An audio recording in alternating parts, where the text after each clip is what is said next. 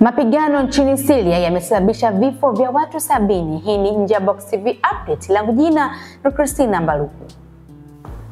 Mapigano makali ya vikosi vya usalama wa Syria na makundi ya watu wenye silaha yanayomtii kiongozi aliyeondolewa madarakani Bashar al-Assad yamesababisha vifo vya watu 70.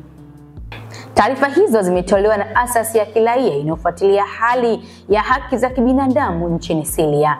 Asasi hiyo imesema makabiliano hayo kwenye mji wa mwambao wa Jabal na vijiji jirani ndio makali zaidi kushuhudiwa ni ya utawala mpya wa Syria tangu Assad alipoangushwa Disemba mwaka jana.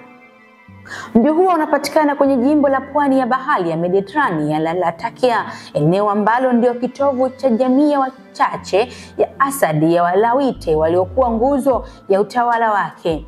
Afisa mmoja wa usalama amesema shambulizi lililopangwa kwa ustadi kutoka wafuasi wa Assad lililenga vitu vya upekuzi na maafisa waliokuwa kwenye doria ya mji wa Jabal.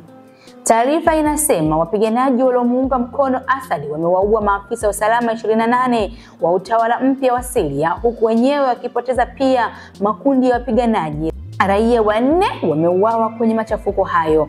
Hii ilikuwa ni Nje ya Box TV update. Langu jina ni Christina Mbaluku. Usisahau kusubscribe, kulike na kushare ili wa kwanza kupata notification tunapoacha updates mbalimbali.